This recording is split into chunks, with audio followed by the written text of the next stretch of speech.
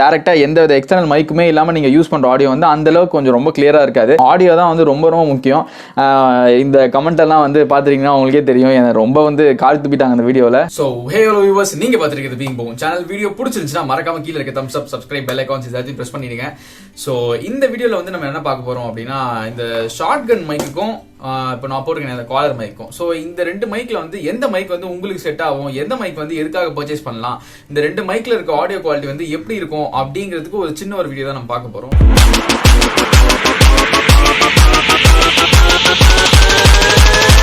So இப்போ நீங்கள் வந்து ஒரு அவுட் சைட் என்வரன்மெண்ட் போறீங்க, இல்லை வந்து ஒரு லாங் ரேஞ்சில் கேமராலேருந்து நீங்கள் ஒரு ரொம்ப லாங் ரேஞ்சில் இருக்கீங்க அப்படின்னா கண்டிப்பாக வந்து உங்களுக்கு இந்த காலர் மைக் தான் வந்து உங்களுக்கு செட் ஆகும் ஆக்சுவலாக. ஏன்னா வந்து இந்த பேரே வந்து பார்த்தீங்கன்னா அது ஷார்ட் கன் மைக். இது வந்து ஒரு டிஸ்டன்ஸ் லெவல் வரைக்கும் மட்டும் தான் வந்து இதனால் வந்து கொஞ்சம் வாய்ஸ் நல்லா இது பண்ண முடியும். ஃபார் எக்ஸாம்பிள் நீங்கள் ஒரு vlogging பண்ணுறீங்க அப்படின்னா நீங்கள் வந்து கேமராவை இங்கே யூஸ் பண்ணியிருப்பீங்க. ஸோ இந்த மாதிரி இங்கே வச்சு பேசிட்டு இருக்கும்போதோ இல்லை இங்கே வச்சு பேசும்போதோ கரெக்டாக கொஞ்சம் ஒரு டிஸ்டன்ஸ் ஒரு ½ மீட்டர் அந்த அளவுக்கு டிஸ்டன்ஸ் தான் உங்களுக்குள்ள இருக்கும். இந்த மைக்கும் உங்களுக்கும் நல்லா இருக்கும். அப்போ வந்து பார்த்தீங்கன்னா இந்த மைக் வந்து கொஞ்சம் நல்லா வந்து கேட்ச் பண்ணுவோம் வாய்ஸை. கொஞ்சம் நீங்க ரொம்ப லாங் ஆடி போயிட்டீங்கனாலே உங்க வாய்ஸ் வந்து ரொம்ப லோவா கேட்கும். அதே போல இது வந்து அந்த அளவுக்கு ரொம்ப எஃபெக்டிவா நாய்ஸ் கேன்சல் பண்ணாது. ஸோ அந்த மாதிரி டைம்ல வந்துட்டு உங்களுக்கு இந்த காலர் மைக் வந்து கொஞ்சம் நல்லா ப்ரிஃபரபிளா இருக்கும். ஸோ இந்த காலர் மைக்கை வந்து நீங்க வந்து சில டைம் கழுத்துல போட்டு நீங்க யூஸ் பண்ணிட்டு இருப்பீங்க. நார்மலா வீடியோ எல்லாம் ரெக்கார்ட் பண்ணி முடிச்சிருவீங்க, எல்லாமே முடிச்சு நீங்க வீட்டுல வந்து இந்த போஸ்ட்ல நீங்க எடிட் பண்ணுவீங்க. பாத்தீங்களா, எடிட் பண்ணும்போது நோட்டீஸ் பண்ணுவீங்க உங்க வாய்ஸ் அவ்வளவா கேட்டுக்காது. ஒருவேளை இந்த மைக்ல இருக்க அந்த கண்டென்ஸ் ஏதாவது ஃபால்ட்டா, இல்ல மைக் ஏதாவது ரிப்பேர் ஆகும் போச்சா, பேட்டரி ஏதோ தீந்துருச்சா, இல்ல நம்ம வயரை சரியா சொருவிலையா, இல்ல வயர் என்ன கட்டை இருக்கா அப்படின்னு நீங்க யோசிப்பீங்க. நான் ஒரு சின்ன ஒரு கிளிப்பிங் கொடுக்குறேன், நீங்க பாருங்க அதை. ஹலோ வியூவர்ஸ், நீங்க பார்த்துருக்கிறது beingbogan சேனல். வீடியோ பிடிச்சிருந்துச்சுன்னா மறக்காம கீழே இருக்க தம்ஸ் அப், சப்ஸ்கிரைப், பெல் ஐகான்ஸ் இதெல்லாம் பிரஸ் பண்ணுங்க. ஸோ இப்போ நம்ம வீடியோக்குள்ள போகலாம். ஸோ ஹலோ வியூவர்ஸ், நீங்க பார்த்துருக்கிறது beingbogan சேனல். வீடியோ பிடிச்சிருந்துச்சுன்னா மறக்காம கீழே இருக்க தம்ஸ் அப், சப்ஸ்கிரைப், பெல் ஐகான்ஸ். ரெண்டு வீடியோவுமே வந்துட்டு ஒரே ஸ்பாட்ல ஒரே டைம்ல நான் ஒரே இடத்துல தான் மைக்கை வந்து சொல்லி நான் பேசியிருப்பேன். பட் ஆனால் வந்து இந்த ஃபர்ஸ்ட் வீடியோக்கும் செகண்ட் வீடியோக்கும் உங்களுக்கே வந்து ஆடியோ டிஃபரன்ஸ் நல்லா தெரிஞ்சிருக்கும். அந்த ஃபர்ஸ்ட் வீடியோல வந்து என்னோட வாய்ஸ் ரொம்ப கிளியரா கேட்டுருக்கும், செகண்ட் வீடியோ என்னோட வாய்ஸ் ரொம்ப கிளியரா கேட்டிருக்காரு. ஆக்சுவலா இந்த வீடியோ ரொம்ப நல்லா ரீச் ஆச்சு. நான் இது வரைக்கும் என் சேனல்ல போட்ட வீடியோஸ்லேயே நிறைய பேர் வந்து அதுக்கு நல்ல கமெண்ட்ஸும் பண்ணியிருந்தாங்க. அதே போல நிறைய பேர் கரைச்சு கொட்டியிருந்தாங்க கமெண்ட்ஸ்ல. ஸோ எதனால வந்து இந்த மைக் இப்படி பண்ணுது அப்படின்னு நாங்கள் வந்து கொஞ்சம் வந்து நான் நிறைய வாட்டி இதை யூஸ் பண்ணி டெஸ்ட் பண்ணப்போ தான் எனக்கு தெரிஞ்சது.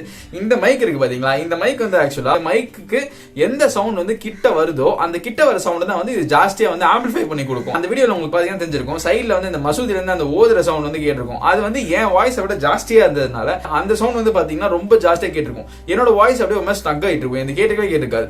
ஒரு வீடியோ வந்து பாத்தீங்கன்னா நான் வந்து ரொம்ப கத்தி பேசியிருப்பேன். அதனால இந்த மைக்கு வந்து என்னோட வாய்ஸ் ஜாஸ்தியா வந்ததுனால இதுதான் இதுக்கு உள்ள வர இன்புட் நாய்ஸ் நினைச்சு அதை வந்து பாத்தீங்கன்னா இது ஆம்பிளிஃபை பண்ணி காமிச்சிருக்கும். ஸோ இஃப் இன் கேஸ் நீங்க வந்து அவுட் சைட் என்விரான்மெண்ட்ஸ் இந்த மைக்கை வந்து யூஸ் பண்றீங்கன்னா இந்த மைக்கு மேல எதுவும் ஒரு துணி வந்து இப்படி மூடுற மாதிரி அந்த மாதிரி இடத்துல வந்து இதை பிளேஸ் பண்ணாதீங்க.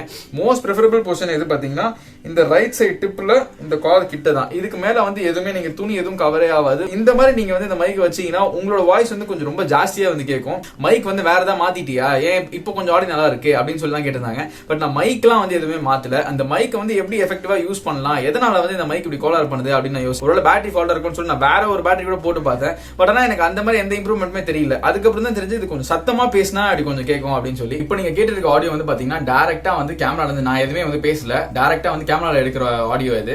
இதோட வந்து குவாலிட்டி எப்படி இருக்கு அப்படின்னு செக் பண்ணிக்கோங்க.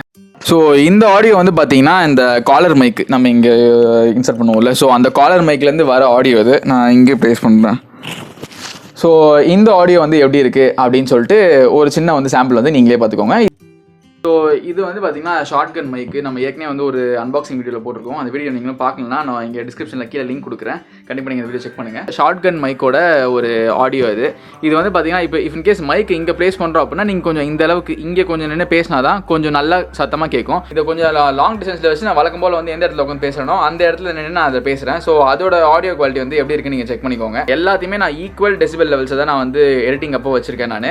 ஸோ எந்த அளவுக்கு வந்து ஒரு மைக்லேருந்தோ இல்லை ஒரு டிஃபால்ட்டாக ஒரு ஃபோன்லேருந்தோ இல்லை ஒரு காலர் மைக்லேருந்து எந்த அளவுக்கு ஆடியோ அவுட்புட் கிடைக்குது அப்படிங்கிறது ஒரு சின்ன ஒரு ஐடியா உங்களுக்கு கிடைச்சிருக்கும் நான் நினைக்கிறேன். ஸோ இப்போ இந்த ரெண்டு மைக்குக்கும் அப்புறம் டேரெக்டாக வந்து ஃபோனில் ரெக்கார்ட் பண்ணுற ஆடியோக்கும் வந்து எந்தெந்த மாதிரி குவாலிட்டி டிஃபரன்ஸ் இருக்கும் நீங்கள் வந்து பார்த்துருப்பீங்கன்னு நினைக்கிறேன். இதுலேயே வந்து உங்களுக்கு தெரிஞ்சிருக்கும், நீங்கள் வந்து கொஞ்சம் ஒரு லாங் டிஸ்டன்ஸில் கொஞ்சம் உங்களோட வாய்ஸ் வந்து அந்தளவுக்கு சத்தமாக இருக்காது. அதே போல் கேமரா ரொம்ப லாங் டிஸ்டன்ஸில் இருக்குன்னா அப்போ வந்து உங்களுக்கு இந்த காலர் மைக் தான் ரொம்ப யூஸ்ஃபுல்லாக இருக்கும். நீங்கள் ஒரு ஷார்ட் ரேஞ்சில் வச்சு நீங்கள் ஒரு vlog பண்ணுறீங்க அப்படின்ற பட்சத்தில் உங்களுக்கு அந்த ஷார்ட் கன் மைக் தான் வந்து கொஞ்சம் ரொம்ப யூஸ்ஃபுல்லாக இருக்கும். டேரெக்டாக எந்த வித எக்ஸ்டர்னல் மைக்குமே இல்லாமல் நீங்கள் யூஸ் பண்ணுற ஆடியோ வந்து அந்தளவுக்கு கொஞ்சம் ரொம்ப கிளியராக இருக்காது. ஆடியோ தான் வந்து ரொம்ப ரொம்ப முக்கியம். இந்த கமெண்ட் எல்லாம் வந்து பார்த்துட்டிங்கன்னா உங்களுக்கே தெரியும், எனக்கு ரொம்ப வந்து கால் துப்பிட்டாங்க அந்த வீடியோவில். ஸோ ஆடியோ வந்து எந்த அளவு முக்கியன்றதை வந்து நான் அந்த வீடியோ ரீச் ஆக தான் வந்து நான் புரிஞ்சுக்கிட்டேன். நீங்கள் இன்னும் நம்ம சேனல் சப்ஸ்கிரைப் பண்ணலாம், சப்ஸ்கிரைப் பண்ணிடுங்க. அப்படி ஏற்கனவே சப்ஸ்கிரைப் பண்ணியிருந்தா பக்கத்தில் இருக்க பெல் ஐக்கானை ப்ரெஸ் பண்ணுங்கள். அப்போ தான் நான் போடுற வீடியோஸ் எல்லாமே உங்களுக்கு உடனே வந்து ஒரு ரீச் ஆகும். இதே போல் ஒரு நல்ல கண்டென்ட்டோட அடுத்த வீடியோவில் உங்களை பார்க்குற வரைக்கும் this is Naveen signing off.